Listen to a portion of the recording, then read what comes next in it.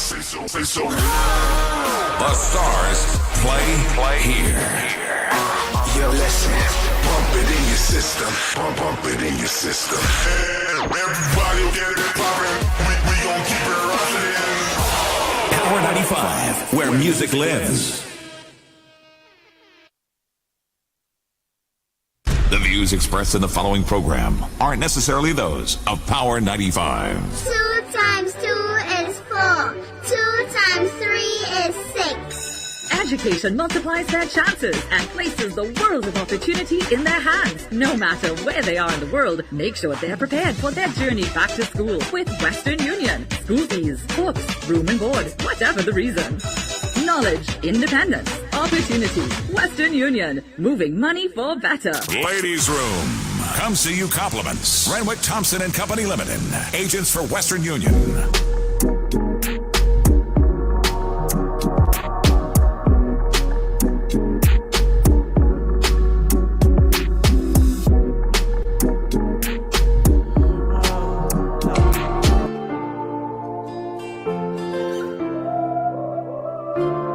Good morning, everybody.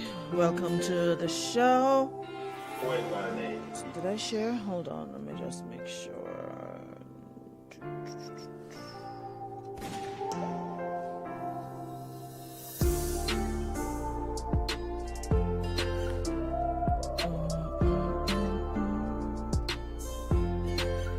No, I didn't. Thought I did.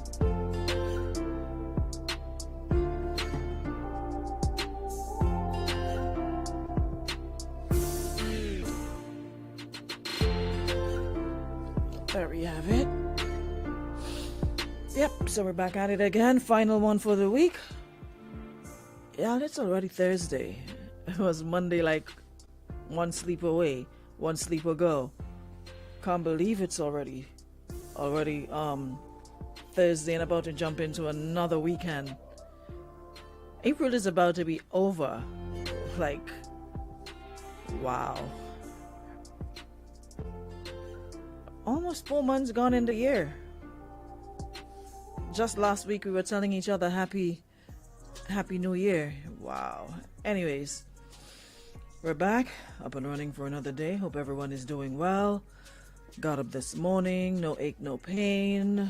Yeah, we all got a little issues and problems to deal with, but we're alive for the most part. And we're grateful for small mercies, you know. I always put myself in check by, looking at others and looking at situations that are far worse than, the ones I find myself in, and that sort of keeps me grounded and not stressed too much about things, especially things you can't control. Because I ain't gonna lie, once upon a time I was what you call a worrier, worried about everything. Then it dawned on me that you worry, but what does the worrying do? The time you're taking to worry, you should be seeking solutions to sort out yourself. You just sit there, you worry, you overthink, you overanalyze, but you're still there with the worry and you don't move past it. Tomorrow, same thing again. So the time you spend worrying about things, we have to look at ways to, find solutions to the problems. Worrying never does anything. Worrying never does anything good. Worrying is pointless and time consuming. You achieve nothing through worrying. Put that time and effort into finding solutions. So with that, good morning everybody. I'm sure you guys saw the topic that I posted this morning. I did post one on my page regarding someone wanting to know about marriage. We'll talk about that another time. But I'd love if you guys could chime in today, especially those of you who are parents, and offer some words of advice to other parents. There are some parents who kind of have the formula. They're not perfect, but for the most part it will work for them, that they have a good relationship with their children and have pretty good children, because you can do everything right as a parent and your son or your daughter will still go there and do ish, and you'll be like, but I didn't grow my child like that. That's what my child wasn't exposed to, things like that. But you have to remember that, yes, it's the same here all the time. Might sound cliche or overused. You make children, you don't make their mind. You can teach them, you can arm them with all the tools they need to succeed in life and to be good citizens and what have you. But you still have a mind of your own. You go out there, you interact with different people. You're under pressure from different angles, peer pressure. You're subjected to all different things. So you make a decision that suits you, even though you might be wrong. You still do it anyways because it's what you want to do, And sometimes parents get blamed a lot of the times for things children do, and while they have to accept responsibility, it's not fair to put the blame entirely on parents because, like I said, there are parents who really try. They don't just provide food, clothing, shelter, but they counsel, they talk, they advise. They try to teach their children, right, wrong, whatever the case might be, and try to encourage them to make, good, sound decisions. There are parents who honestly try. We can't paint everybody with the same brush and make it seem as though every time a child does something, it's a parent to blame. There are parents who try really hard, and no matter what, it's like a child or children are possessed. It doesn't matter what they do. You can never get anything positive and constructive off of them. It's always negative and getting in trouble and all of that. So while there are some parents who couldn't care less and just give up and let children have their way, there are parents who try really, really, really hard, to secure their children and their future. So I guess I gotta continue to pushing. Morning Jay, morning Marianne, morning Shante, morning Aisha, Valerie, good morning Jenna Lynn, how are you? Top of the morning to you, Betty, and good morning Delroy. Delroy, you still on the rock or you moved on? Morning Debbie, morning Ardon Kujo, good morning Lisa, Sonia, good morning, how are you? Morning. Valerie says she has aches and pain but thankful to be alive. That's a spirit regardless. Never forget that attitude of gratitude. Good morning Oninka, morning Linda, Moisha, Marcus, good morning. Who else is here? Oh, you're back in the people place? I get big, I want to be like you, Papa. Fly in and fly out. No waste time, no sticking. I like that. So, I guess you guys saw... good morning, Jacqueline. I did not see you. Where are you? I hope my name doesn't call in last. Miss Lady, if you made an appearance last in the room, I call in the order of appearance. How I see them coming down. Oh, look, you're up there. I didn't see you. Sorry. My apologies, Miss Carwash. My apologies. All right, Madam Carwash. Morning, Doobie. Morning, Marlene. Morning, Shauna. Morning to all those listening on radio or online, or you've tuned in via YouTube, or you're live on our Facebook page. Good morning. So nice of you to join us. Morning, Keisha. Morning, Marishan. You guys, I swear I am still traumatized. I went to sleep last night, and that is why I don't look at horror movies at nights. Maybe early in the day, so I have enough time to do other things and it'll occupy my mind. I don't go to bed with look at horror movies and go to bed. That's the last thing I do before I go to bed. I have to look at it very early, have stuff in between. And when I tell you I was traumatized by that video that was circulating on the metaverse yesterday of these two young men involved in an altercation. And I thought that was it, so I continued watching. But folks, listen. Next time y'all sending videos, please give people a heads up that, look, viewers' discretion.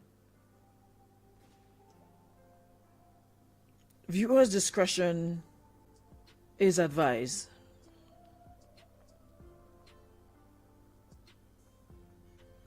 Because I thought it was just two squabble,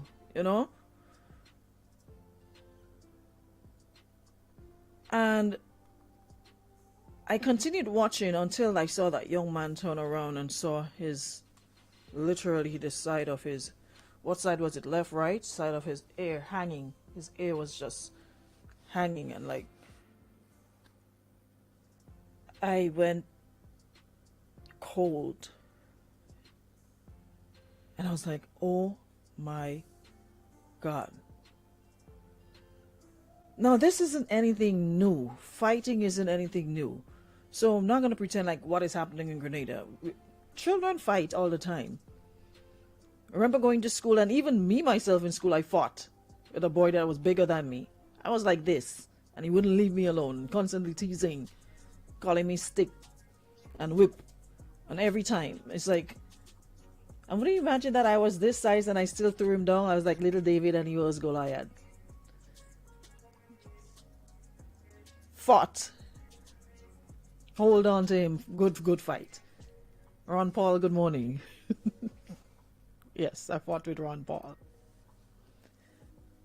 But it's something that happens. Children tussle, wrestle, you pelt to blows, you might pelt a stone and run or something like that.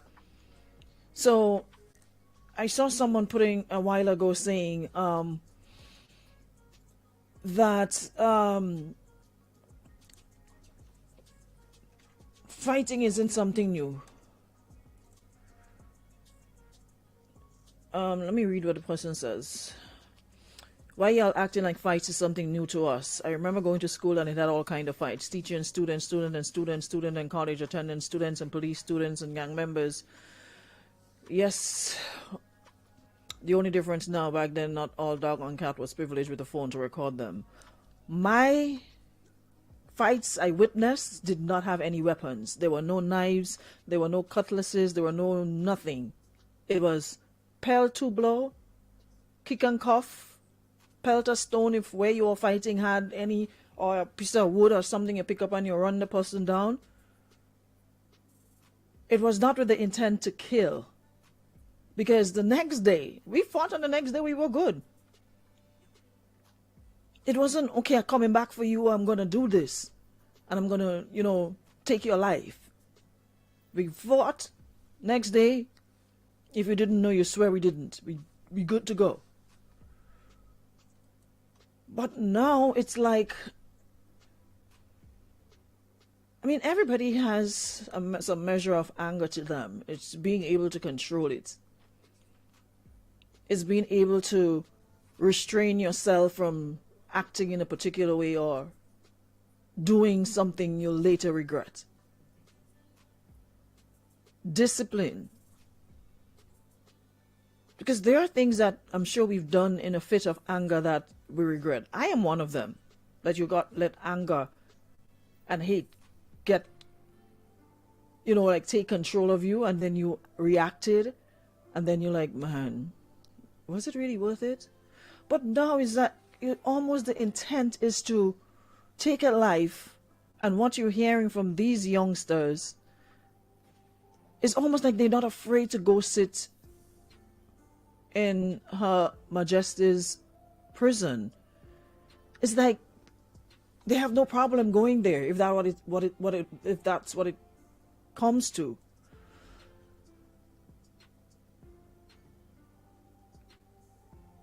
So you're going to hear all sorts of things. Someone is saying, heard they fought in the school first. The one that did the chopping living where the fight occurred. So he went home and waited with his cutlass for the other one to pass to continue the fight. Not sure how true that is. Well, we're going to treat that as an allegation. I'm not too sure. But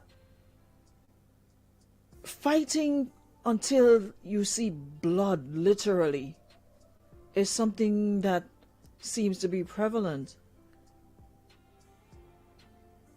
amongst our young boys. And while we're talking about that, another video circulating with 2 adults. So it's like, you don't even know where to look for directions, like where to look for guidance, where to look for... It's just...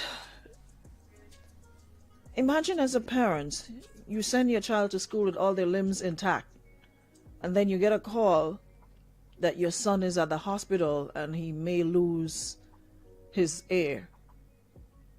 and be scarred for life. And then you get another call. Another parent gets another call. Oh, your son is here at the police station because he harmed another person and could be charged.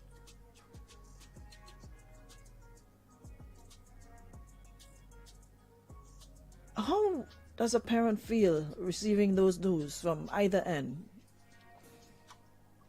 And what is it that is so...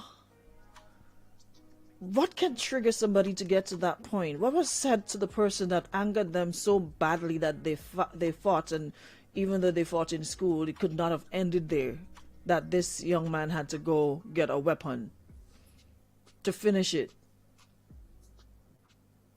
Because looking at it, it was like a fight to and dead, badly wounded kind of fight. There was no like restraint. It's like wherever this blow land, you're gonna get it. It so happened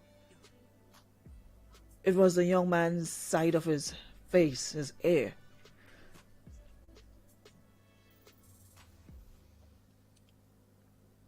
I don't know. What can we do? What are some of the causes and the effects? What can we do? Like I said, at the end of the day, we're humans. People have blood flowing through their veins. People have temper. You're gonna have a little scuffle here and there. You can excuse a little scuffle here and there, but it's like the intent to harm and not have a problem going to sit in jail is what's worrying, because you actually hear them saying that I'm afraid to go in, and it's like it's glorified. What is contributing to that? How can we say cease and settle? How can we get our young men to understand that that way of life isn't, as glamorous as it cut out to be? Is it the music videos? Is it the artists who seem to make being incarcerated a badge of honor, or it's a good look? Maybe we should start going into the schools and taking these young people up to Her Majesty's prison and get a tour as to what life is behind bars, because they seem to think it's easy. You just go sit there and 2 days you're out. They honestly seem to think that it's life behind bars is a nice place, or it's a good feeling.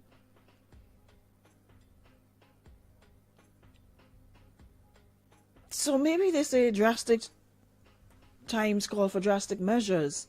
Probably we need to take them and give them, or let them witness it for themselves, 2 days.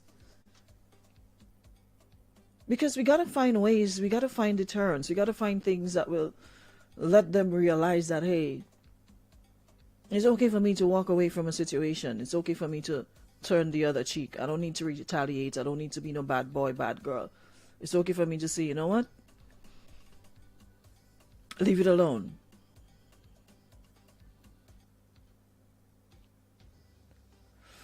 Belinda says they did one. One was on the phone while trying to pull apart. The other one actually did pull apart.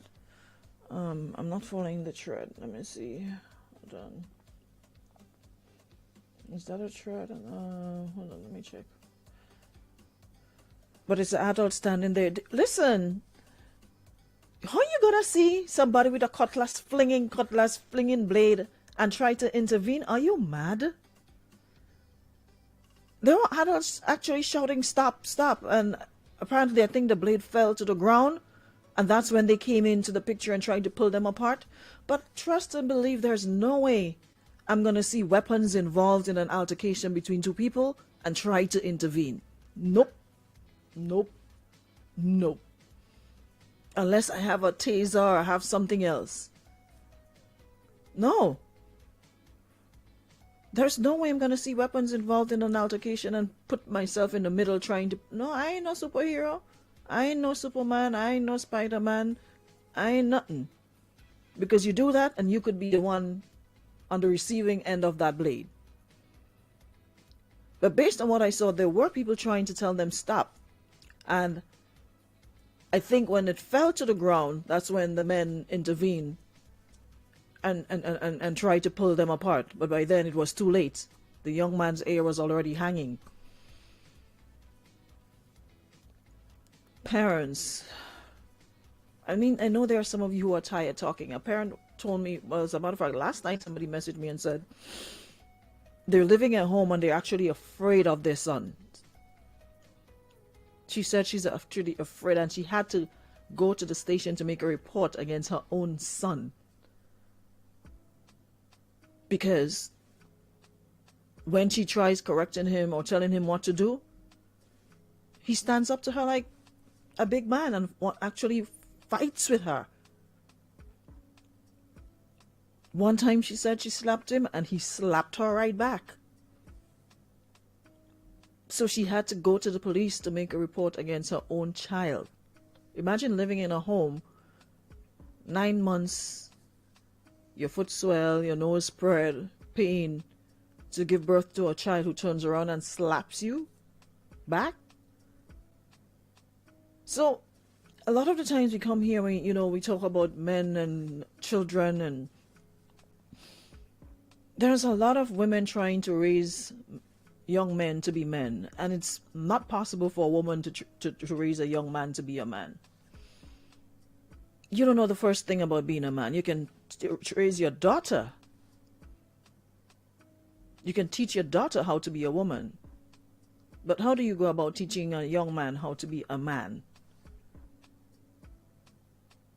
That is why it is so important for fathers to not just be there to give maintenance, but to actually be there and to be that role model that your children need, and stop looking up to other people to parent and be role models for your children.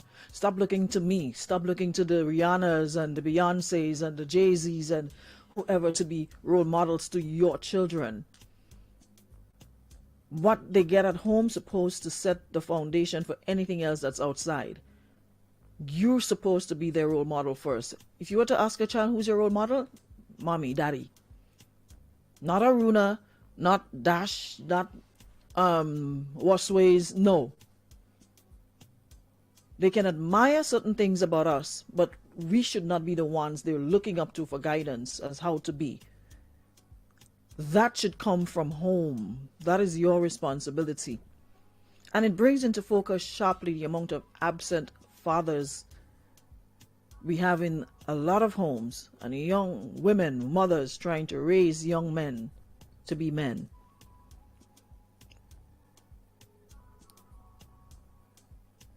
Shireen says we as parents have to always remind our kids that fighting, aggression, and violence aren't the answer to anger in any situation. We have to teach our children to work on remaining calm and patient, talking out problems instead of fighting, and seeking an adult's help when needed. I know sometimes it's a lot of pressure on teachers because children spend most of their time in the school environment than at home. Majority of the day they spend it among their peers and teachers. Sometimes they come home to an empty home, father or mother at work, come home late, time to get home, dinner, time to go to bed, and they're in your books and what have you. So they spend most of their time amongst their peers and also amongst the teachers. I know they've tried, but we're really going to have to push harder from a Ministry of Education standpoint to incorporate into the curriculum conflict resolution. And part of that conflict resolution as well is bringing them on trips, like I said, to a lone prison facility on island, so they can see what life is for a prisoner behind bar. Being told when to wake up, when to eat, when to sleep. No access to freedom, no access to anything, just behind bars with other men. So apart from just getting good grades, we literally have to take it to another level.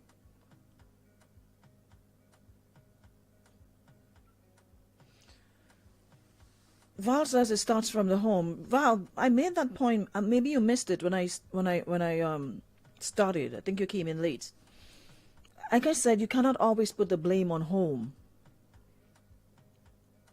because at the end of the day, do or don't, the blame will always come back at home. But like I said, there are parents who really try their best,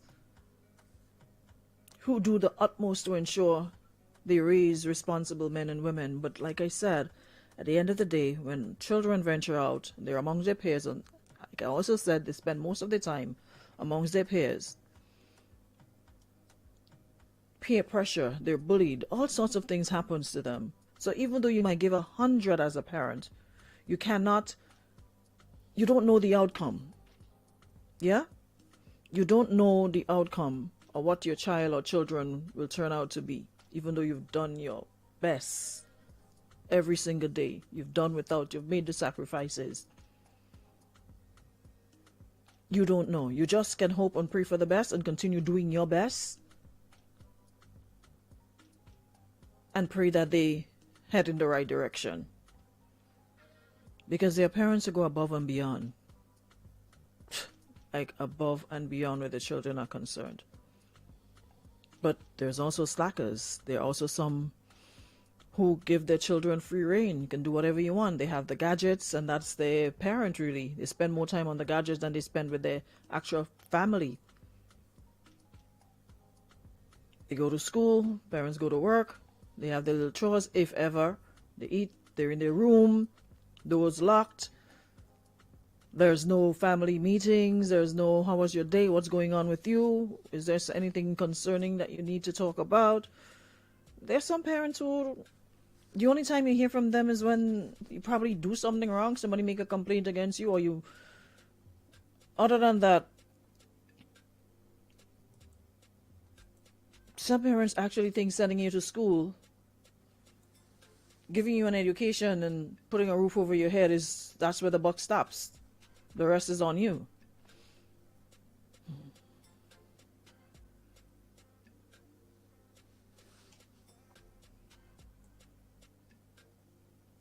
So what do we do? How do we get back on track? How do we get our young men and women to think?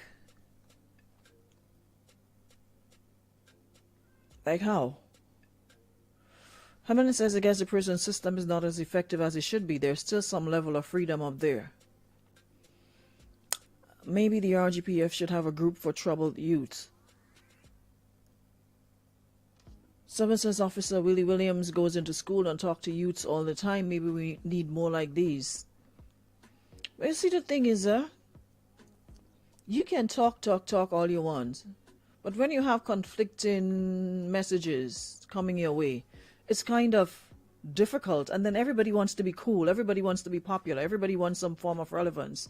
Because even amongst adults, and there are people I'm seeing now talking about what's wrong with the youth and this, that, and the other. And there are some of you who I see online, on lives with people bullying people, people saying the worst about people, people attacking people.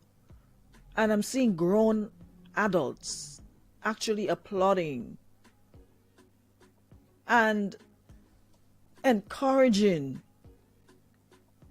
But then the same adults will turn around and say, what's wrong with youths, and want to talk about bullying, but you have no issues once it's not you with others being bullied. Once it's not you, once it's not your children, you're okay with it. It's when it's hit close to home, what's wrong with these children? And everybody will have this to say about bullying.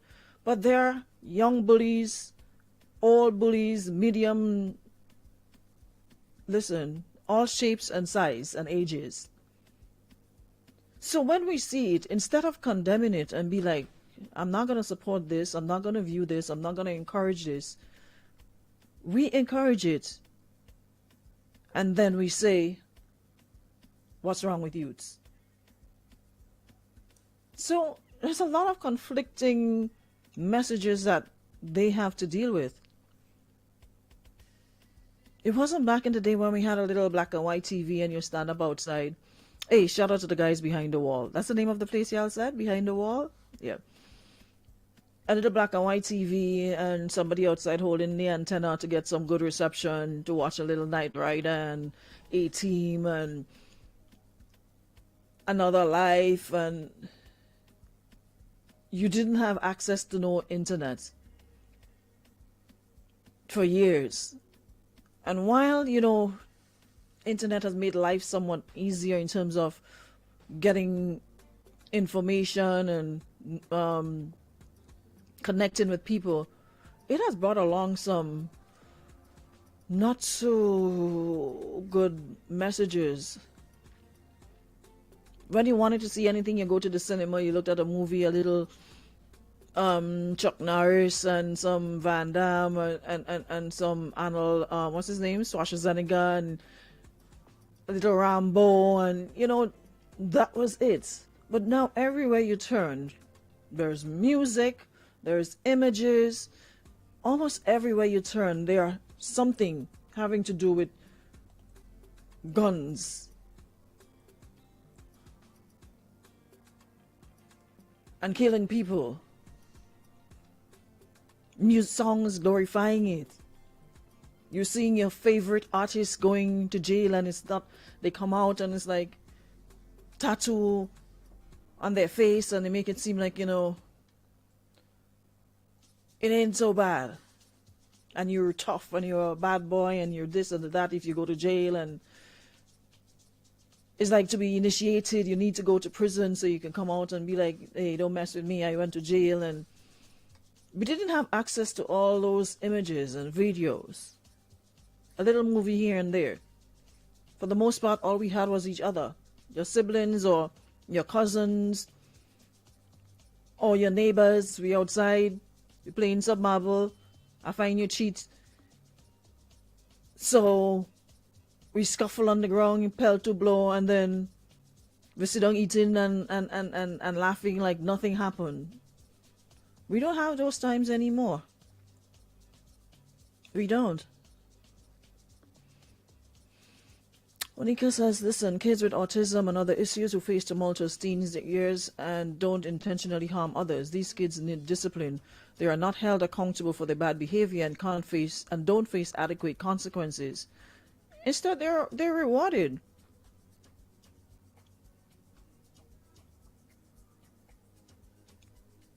Not so long ago, a young boy, 9 years old, in some part of the States, I was looking at watching the news. He got a gun and shot his mother because she refused to buy him some games. And did you know what the little boy did after he shot his mother? He went online and purchased the games himself using her account while she lay there dead. Imagine that. Shot his mother because she refused to buy him some games to sit and play. Now, a lot of parents think, you know what? I'm a good parent because I can give my child every and anything that I didn't have. I can give him the latest PS4, 5, 6, 7, the latest iPhone 14, iWatch, this, own TV in room, and look at me, I'm a great parent because, I'm able to provide all the material things. Some of these games, y'all ever sat and looked at some of these games that these children are sitting in front of, especially when school is on vacation, all day long in front of those games? Do you know how violent those games are? With the shooting and the killing and the what on what? Are you even aware of what you spend your money on? Like, when your child use your Amazon account or use whatever account you have to purchase, do you even know what they're doing in their rooms? Imagine you confronted with this 24/7 as a child. You're feeding yourself this every single day, hours in the day, hours in the night. You're sitting in front your TV playing those games that are loaded with violence. Don't you think at some point it might affect you? Affect that child? Whole day, whole night. So it's like just giving them stuff. And it's okay. They have all that they need. So I've done my best. I'm a good parent. I'm a great parent.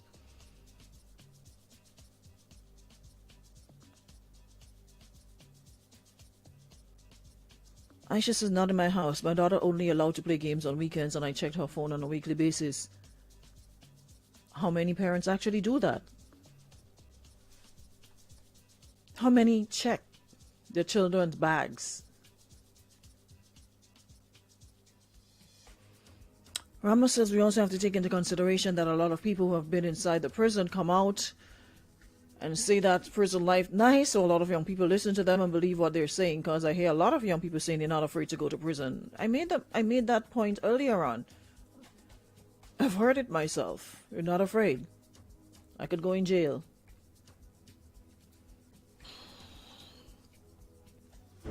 Morning. Morning. Well, my take on the story here with the kids yesterday, well, it happened up by my side. You understand? But we can go disclose our school and whatever, but it's time that, the kids need a little more counseling. Some children grow up in a home where they always like violent, so they come to school and they had this like gang related thing in them, so they will bully other kids, because from what I understand, the one who got the thing damaged, we can go say what it is because all we saw the video, he was they always bullying the other guy, and it's like the other guy couldn't take it anymore. So they end up with a wrestle. I don't know what instrument he used or whatever, but so sad to see that happen. You understand? So sad to see that happen that way. It could have been worse. One of them could have lost their life. It's time for a lot of parents talk to our kids. You understand? And don't show we kids this kind of violent behavior and make them think that it's alright. Because for far too long, how much times things like that will be happening in school? Students losing their life to other students. More than once it happened, and it will continue to happen, but we need to counsel them children and counsel them properly. We can't allow bullying to take place in school all the time. Because there are teachers, they go know about it. The child will complain. They complain to the principal, and sometimes nobody will do nothing. And that keep happening. But then again, it's how much you could take as an individual. I don't say what the next child do is right. You understand? But at the end of the day, all of we is human. How much we could take for ourselves. True. So the school and them need to step in and have some more counseling, and they are able to handle the situation with kids bullying other kids. Because if they don't stop or try better to avoid these things, we're going to end up losing two children, because one will end up going down below the ground and the other one in juvenile center or in prison or something. So the Ministry of Education need to step in and do some work. We need to do some groundwork, some heavy groundwork. Thanks so much, caller. Really nice contribution. And you made a very valid point in that of when you have children witnessing violence and abuse on a daily basis. Imagine you coming from a home, even there are two parents, and it's constant fighting, and seeing your father beating up on your mother, and the two of them fighting like cat and dog. I mean, one would say, hey, you know what? I witnessed it, I lived it, I didn't, so let me try to do differently. But it's almost like it's ingrained in them. From since you were born, you're seeing your parents fighting. So then again, my point remains the conflicting, things they have to deal with. Because you're at home and you're seeing it, and then you go to school and you're told not to do it. But from a very young age, you're seeing it in your home. There's violence in your home. Parents fighting, this one fighting, that one fighting. So,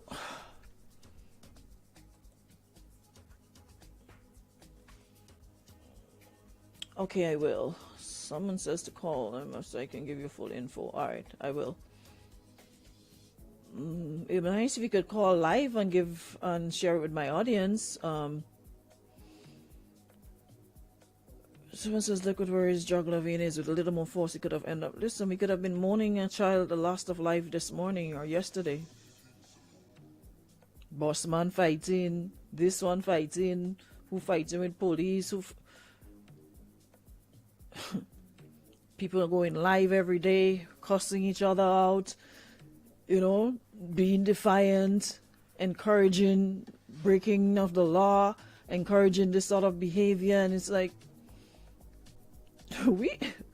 y'all may just look at this as, but we need to really, really look deeper and harder. It's frightening just looking ahead. If that's where we are now, imagine in the next year or 2 or 3 or 4 or 5, what is going to be.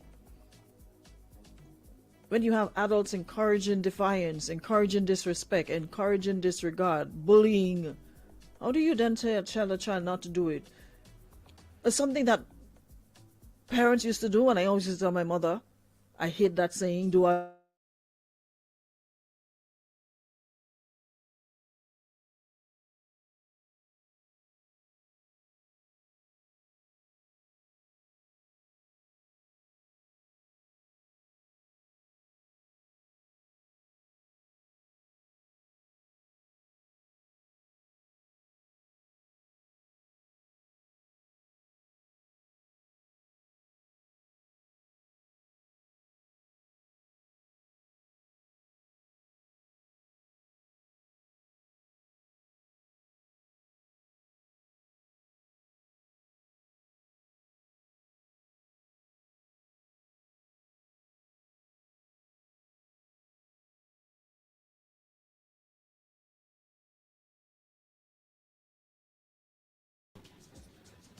You see, they observe adults fight against each other,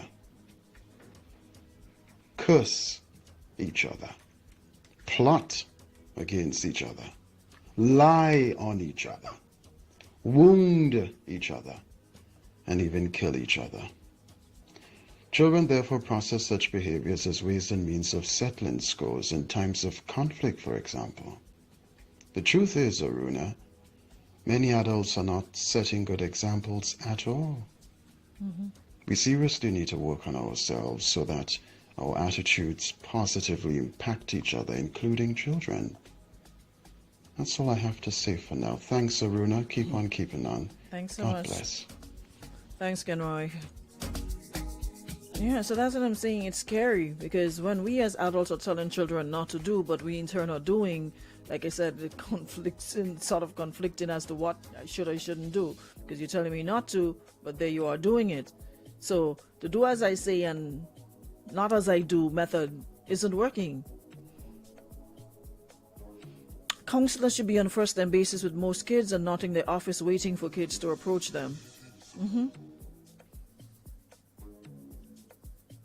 So we have to enforce stricter measures, or we have to get more proactive instead of reacting when things like this happen, and nip it in the bud before it gets worse.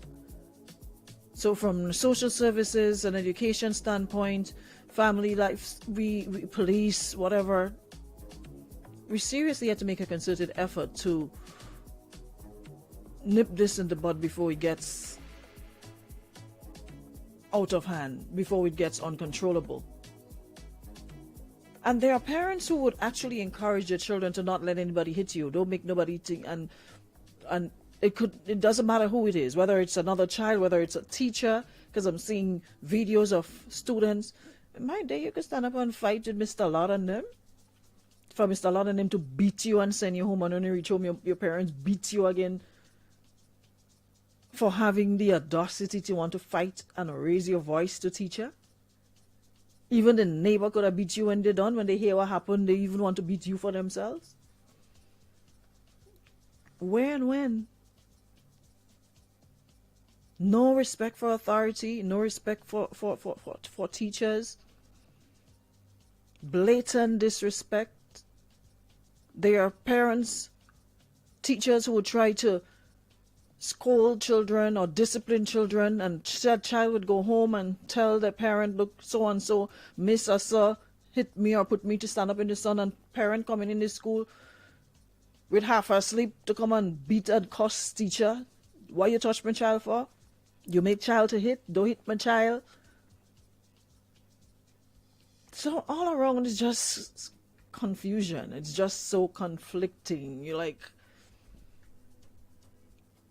there are parents who would go to schools and literally stand up and want to fight with the teacher, and their child is standing there while they're sizing up the said teacher.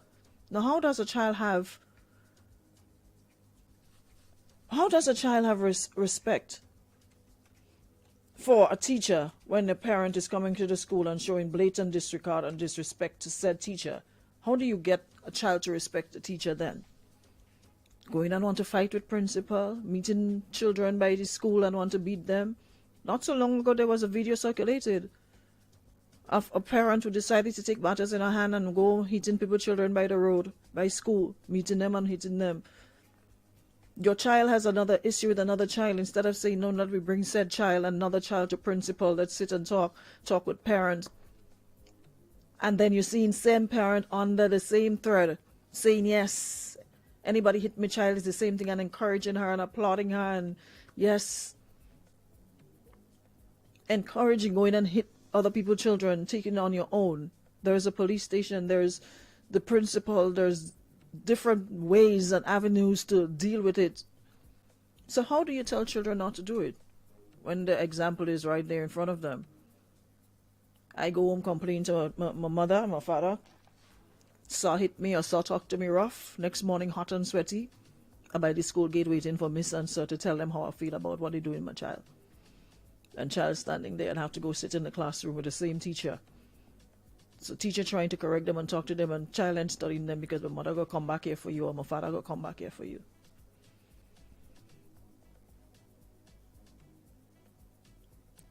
It's tough. And I'm sad to say it's not gonna get better anytime soon if we maintain that attitude.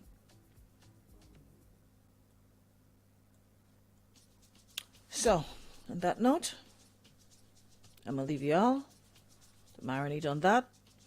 And we'll reconvene on Monday, God's will, at 11 a.m. in the forenoon. Thank you so much to our friends at Western Union for checking in with us. And thanks to everyone who made their contribution. Those of you in the chat keeping the conversation going, thank you so much. And those of you who are listening and as always having a little discussions by yourselves amongst your peers or on work, thanks so much for that as well. I'll see you guys on Monday, God's will. Yeah? Sheena says at the end of the day you should not be hitting a student to correct them. Let's not normalize beating. No, we're not normalizing it. It was more talking about the talking part of it, but if you're hitting somebody to solve an issue, if a teacher or parent is hitting a child to solve an issue, said child is going to hit another child to solve their issue. So to me, beating is something we should not condone or should not even be there. You know, there are other ways to skin a cat without putting a rope around its neck. My mother hang a cat without putting a rope around its neck, my mother's favorite saying. Yeah? There's a lot you can do without physically harming somebody. I remember back in the day, detention. I used to hate detention. Imagine school finished 2:30 and 3 or 4 you sit down in a classroom by yourself writing I am sorry 1,000 times. Do they still do those things? We'll continue the conversation, guys. We'll continue the conversation. I'll talk to y'all later.